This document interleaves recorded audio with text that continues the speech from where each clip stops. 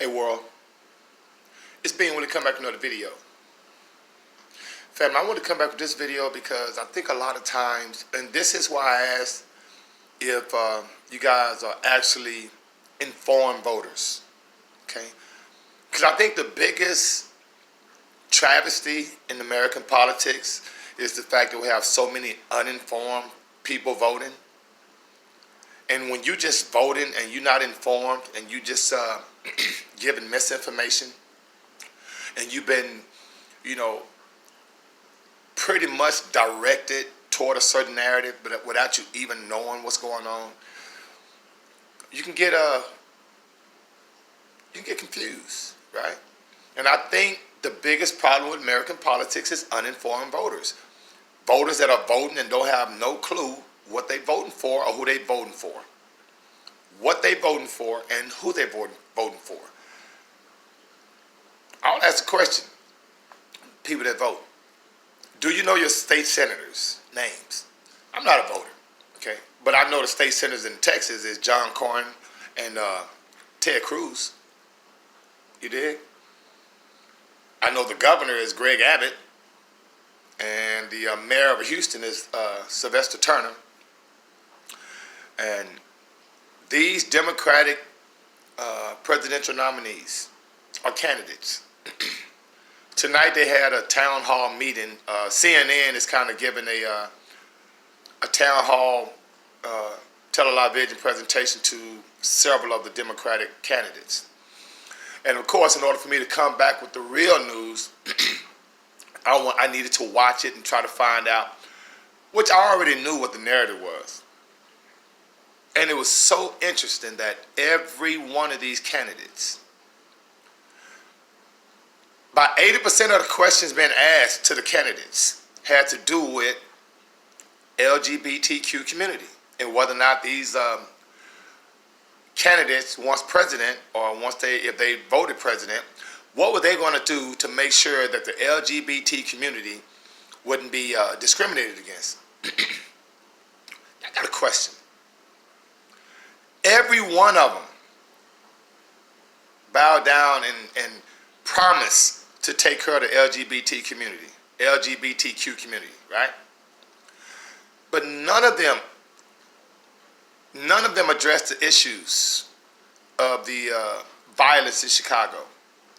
None of them addressing the issues of public teachers not receiving a raise comparable to inflation every year. Now, of course, every school district or most school districts, they have a step in where they give teachers $500, $600, $700 raises, every year. But that $500, $600, $700 raise in my district and in surrounding districts is less than 1%. It's less than a 1% raise. And we automatically know that the Federal Reserve wants to make sure inflation is at least 2% a year. So right there, that tells you that the raise that you're getting is really not really a raise, right? And so no one addressed that. But they are addressing this.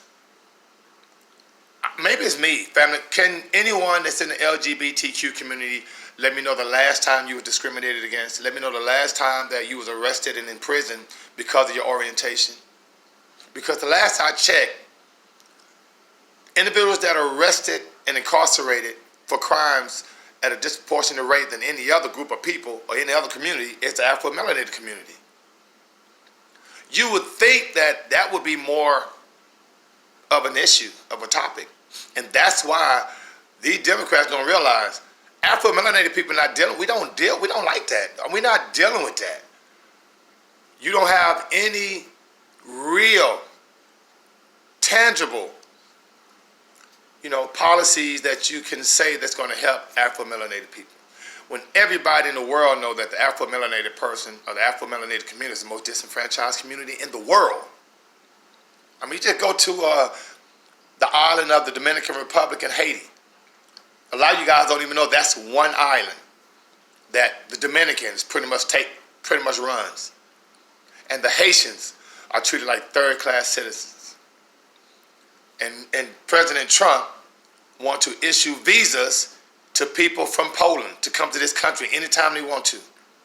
Let me ask you this, family. Where's the Haitian community in America? When we know that country is one of the poorest in the world. Okay?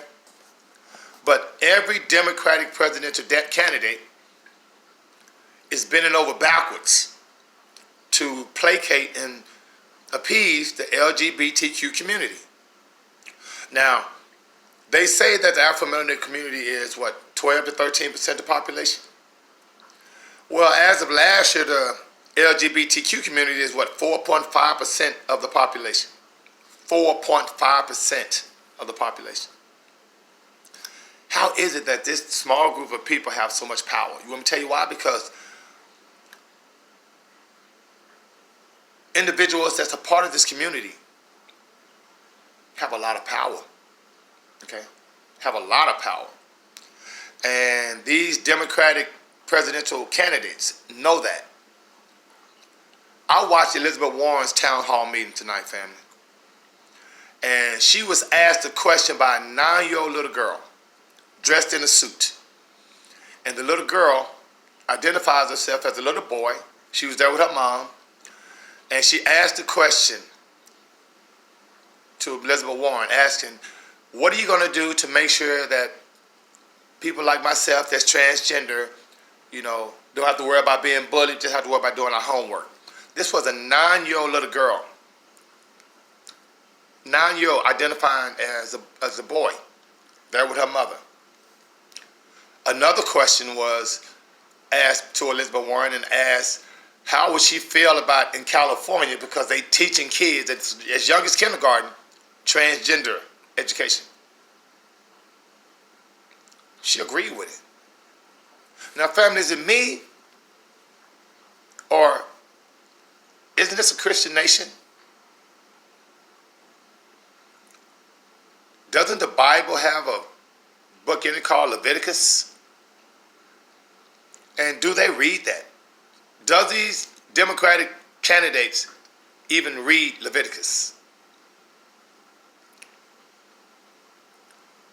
I just think it's crazy. We are in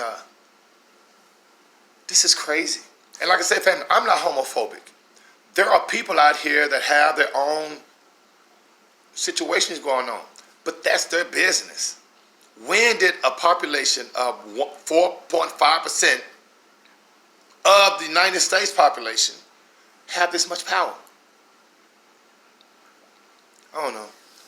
Well, family, like I said, if you voted, make sure you're an informed voter. I think the Democrats, you pretty much just blew this election. Trump going to win the election. The fact that these idiots don't even know that Afro-melanated people are going to vote for Trump. They may not say so, but they're going to vote for Trump. And the ones that don't are uninformed. Because these Democratic presidential candidates are more concerned about a small group of communities that I would like to know whether or not, if anybody out there has ever witnessed, because I haven't witnessed it. I haven't witnessed individuals being discriminated against because of their orientation. I haven't witnessed individuals a part of the LGBTQ community in school being put in special education and being labeled learning disabled. I don't remember that happening. So, I just want to come back with a little food for thought. I just think it's interesting. I think it's disingenuous to not recognize everyone in the nation and just 4% of the nation that has way more power than a group of people that's only 13% of the nation. Okay?